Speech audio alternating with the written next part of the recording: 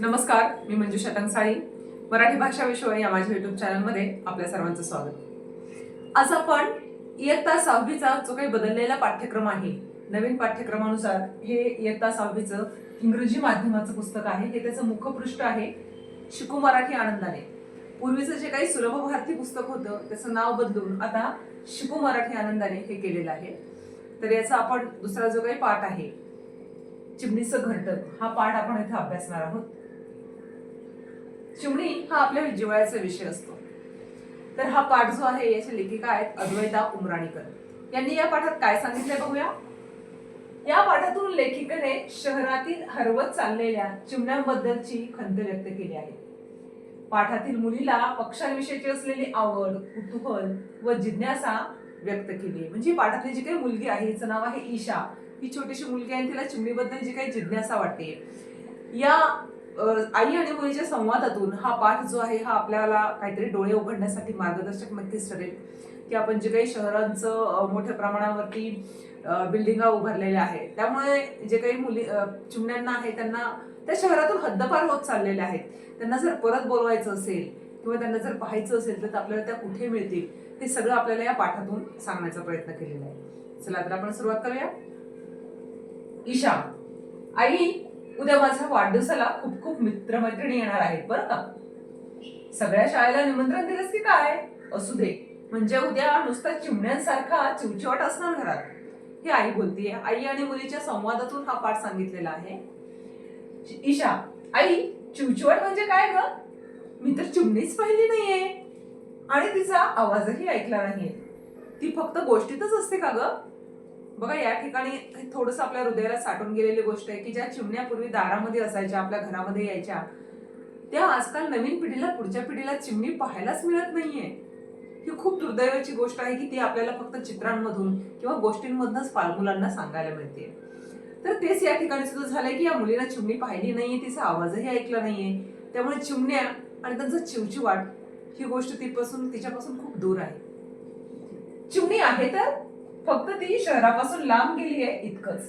ती खेड्यापाड्यात, जंगलात, शेतात राहते. आपण आता आजीकडे गावी गेलो ना की दिसतील तुला चिमण्या. यावर ईशा म्हणतीये, चालेल, आपण आजीकडून येताना पिंजऱ्यात चिमण्या घेऊन येऊ आणि पाळूया. आणि हो, एक कावळा पण आणू. मला बघायचंय तू चिवताईचं दार कसं वाजवत होते. ही ती चिमणी आणि कावळ्याची जी गोष्ट आपण लहानपणी ऐकलेली आहे की चिवताई दार उघड. ना या मुलीला चिमणी माहिती आहे ना तिला कावळा माहिती आहे. त्यामुळे तिला असं वाटतं की बाकीच्या पक्ष्यांप्रमाणे या चिमणी कावळ्याला सुद्धा पिंजऱ्यामध्ये ठेवता येतो. म्हणून ती आईला सांगते की आपण एक पिंजरा आणूया. आई: चिमणीला पिंजऱ्यात नाही ठेवायचं. तिच्यासाठी हे बघ, मी छान घरटं आणलंय. त्यात काड्या आणि कापूस ठेवलाय. तिला खायला राळे आणि पाणी प्यायला. या ठिकाणी चिमणी साठी घरटं त्या मुलीच्या आईनं आणलेलं आहे आणि ती त्या मुलीला देतीये की या अशा पद्धतीच्या घरट्यामध्ये चिमण्या राहतात. आणि अशा पद्धतीची बरीच घरटी त्या आईनं केलेली आहे. मातीची छोटी भांडी पण आणली आहे. ईशा: अरे वा, म्हणजे चिमणीला घरटं द्यायचं, मस्तच. आई, बरं झालं हे घरटं घेत असते, नाहीतर तिचं मेणाचं घरटं उन्हात वितळून गेलं असतं आणि पावसात कावळ्याचं शेणाचं घरटं वाहून जाणार. आई, मला खूप आवडलं हे चिमणीचं घरटं. म्हणजे त्या मुलीच्या डोक्यामध्ये बघा कल्पना येते की चिमणीचं घर मेणाचं आहे पण उन्हाळ्यामध्ये ते वितळून जाणार आहे आणि कावळ्याचं घर हे शेणाचं आहे तर ते पावसाळ्यामध्ये वाहून जाणार आहे. मग त्यापेक्षा हे आईनं केलेलं जे सुंदरसं घरटं आहे की जे ना उन्हाळ्यामध्ये वितळणार आहे ना पावसाळ्यामध्ये वाहून जाणार आहे. त्यामुळे त्या मुलीला हे घरटं जे आहे ते खूप आवडलंय. आई: असं घरटं तुझ्या मित्रमैत्रिणींनाही देणार आहे, चालेल ना?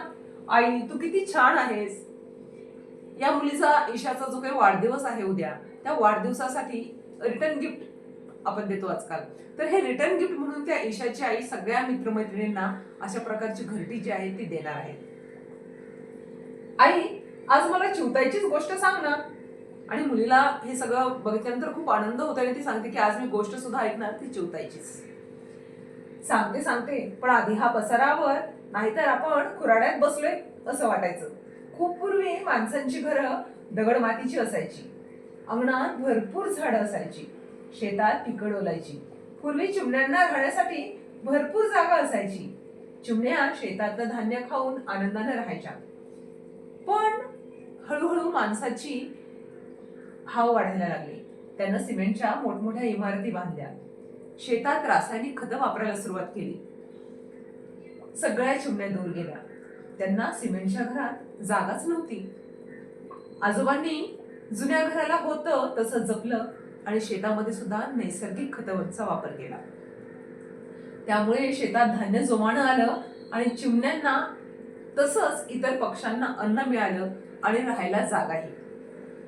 ईशा, आई, आपणही आपल्या बाल्कनीत छान छान झाडं लावूया, म्हणजे चिमण्या नक्कीच येतील आपल्या घरी राहायला. या ठिकाणी बघा, ही ईशाची आई तिला सगळ्या चिमण्यांचा इतिहास सांगते की कशा पद्धतीनं पूर्वी मोठमोठे वाडे असायचे, मातीची घरं असायची आणि मग त्या ठिकाणी छोटी छोटी झाडं असायची. अंगणामध्ये बरेचसे कामं केली जायची, धान्य निवडणं असेल आणि त्या धान्याचे कण खाण्यासाठी, टिपण्यासाठी या चिमण्या अंगणामध्ये यायच्या. पण आता ते वाडे गेले, मोठमोठ्या बिल्डिंग आल्या, इमारती आल्या, झाडं गेली, त्यामुळे चिमण्यांना राहायला जागाच राहिली नाही. पण हेच ग्रामीण भागामध्ये अजूनही थोड्याफार प्रमाणामध्ये झाडं आहेत, चिमण्या आहेत, अंगण आहे. त्यामुळे तिथे चिमण्या आनंदाने आपलं घरटं करून राहतात. त्यातही काही लोक आता रासायनिक खताचा वापर करतात, पण हिचे जे आजोबा आहेत त्यांनी मात्र नैसर्गिक खताचा वापर केलाय आणि जे काही जुनं घर आहे ते तसं सांभाळलेलं आहे. त्यामुळे या ठिकाणी बघा, दिसते आपल्याला की छानसं जुनं घर आहे. समोर छोटंसं नाही मोठंसं असं अंगण आहे आणि शेजारी शेत आहे. अंगण हा शहरातून हद्दपार झालेला विषय आहे. काही मुलांना अंगण म्हणजे आपल्या फ्लॅटच्या समोर जे काही चौकोनी तुकडा असतो फरशीचा तेवढा म्हणजे अंगण वाटतं. ही मुलगी सुद्धा सांगते की हो, आता झाडं लावायची पण अंगण नाहीये, मग आपण बाल्कनीत छोटी छोटी झाडं लावूया की जेणेकरून चिमण्या येतील. आणि या चिमण्यांच्या विश्वामध्ये ती गुंग झालीये की चिमणी येणार, आपल्या घरामध्ये चिमणी येणार. चिमणी हवी खेळायला, चिवचिव आवाज करायला, इकडून तिकडे पळायला, पिलांना घास भरवायला, असं ती गाणं गुणगुणायला लागली आणि तिच्या त्या चिमण्यांच्या सुख स्वप्नामध्ये ती दंगून गेलीये.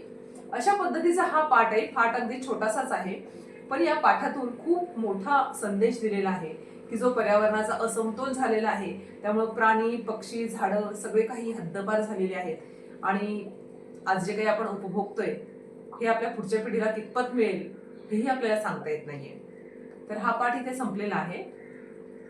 या पाठावरचा जो काही स्वाध्याय आहे, या स्वाध्यायासाठी तुम्हाला माझ्या YouTube चॅनलच्या पुढच्या व्हिडिओसाठी वाट बघावी लागेल. तोपर्यंत धन्यवाद.